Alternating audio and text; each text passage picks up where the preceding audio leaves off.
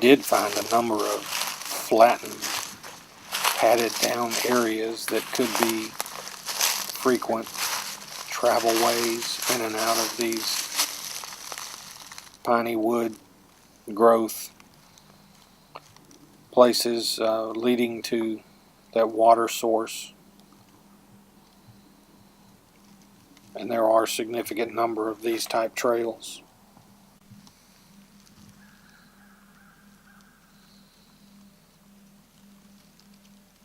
I was keeping my eyes peeled for tree structures, bent over tree shapes, typical deadfall tree markings that Bigfoot is known to do. Found a couple, was able to debunk them. Never did find anything that gave me an authentic idea.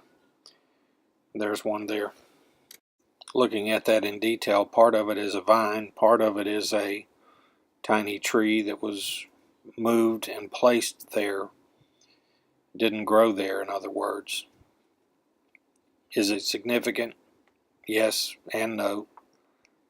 Nothing descriptive or definitive about it, though. It's an X shape. Doesn't occur in nature normally. The wind could have caused it. Over here there's a lot of green, brushy undergrowth that actually is the bottom side of a little ridge up there.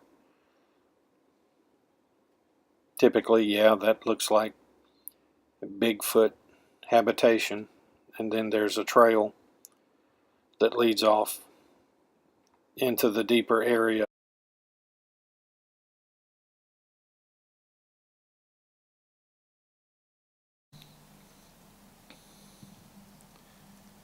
There's a larger tree structure, an X formation. There's a live tree that was pushed and a piece of deadfall. I'll get closer and check it out. This was created by the deadfall falling on top of the green live tree. So that is debunked. Another standing slough area. Plentiful with deer prints and hog prints traveling in and out.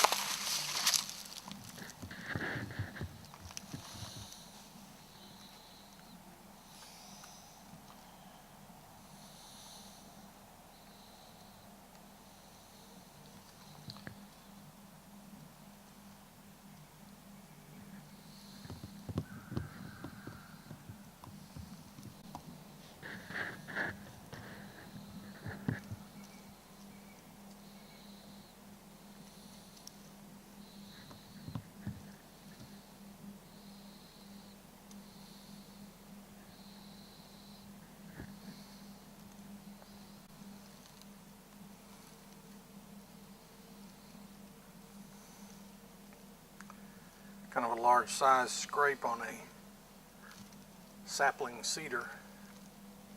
No way to debunk that other than it doesn't usually occur in nature. There's a broken tree that can't be explained.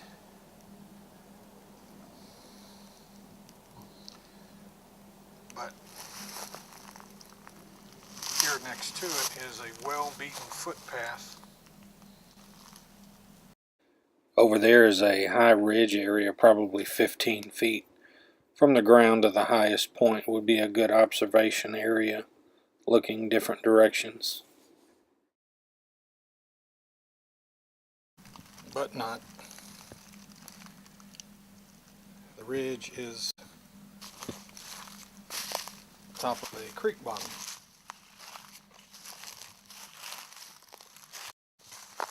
The more I look at that ridge, it would be nice to be up on top of it, to get a good vantage point of seeing in multiple directions, especially around that water.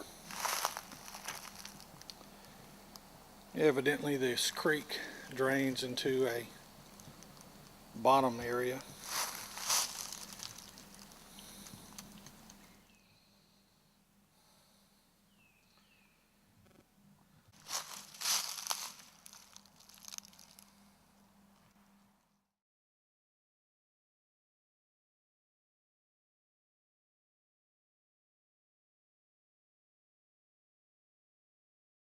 This is the area from 10 months ago in April of 2015 where I did my first ever Bigfoot investigation. It was at night, and everything you're seeing right there was underwater a year ago.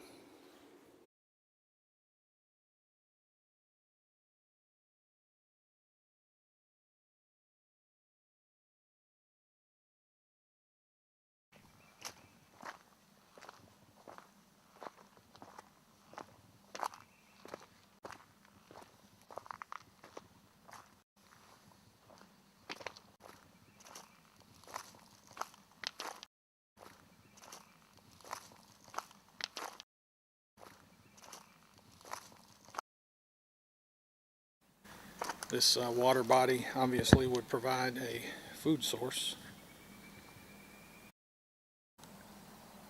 A lot of people prints in the mud. To give you a perspective from last year where I heard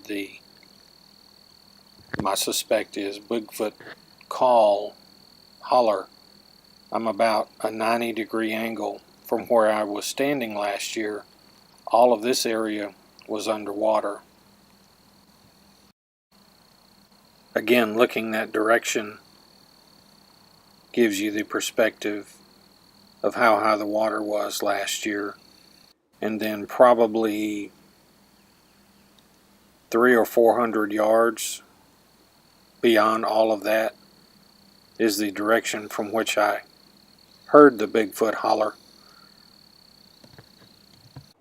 This is the area. When I got out of the vehicle, I was able to walk about 50 feet that direction, and then the water's edge was up that high. And as you can see, there's a driving lane back there where the flood water had risen above, and that's where I did some tree knocks and some whistles and heard, in my view, and my suspect is the Bigfoot holler in response. Maybe 2 minutes after I heard the holler response was the sound of a cracking, falling limb from in this direction. Probably 60 to 70 feet up, the limb sounded large enough that my guess was an animal knocked it down. Yes, it could have been deadfall. This is the direction looking up from where the limb cracking sound originated. But back to this area, which was underwater, I was able to walk out there just a few feet, do the tree knocks, try to listen, do some whistles, and then to see this now in dry times, I'm impressed of the massive amount of water that had risen in that area, if nothing else.